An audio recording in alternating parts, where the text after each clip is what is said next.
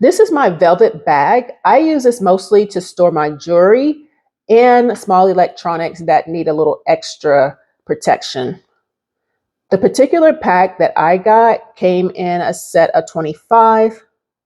I got black, but there are so many other colors to choose from.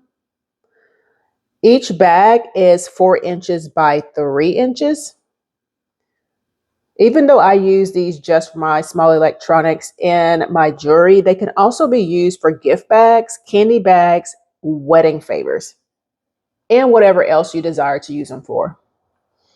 All right, so you see it opens up very nice, soft inner lining. There is a drawstring to close up the bag. And you can easily open the bag just by pulling it. All right, I just wanted to show you I can fit a USB in there.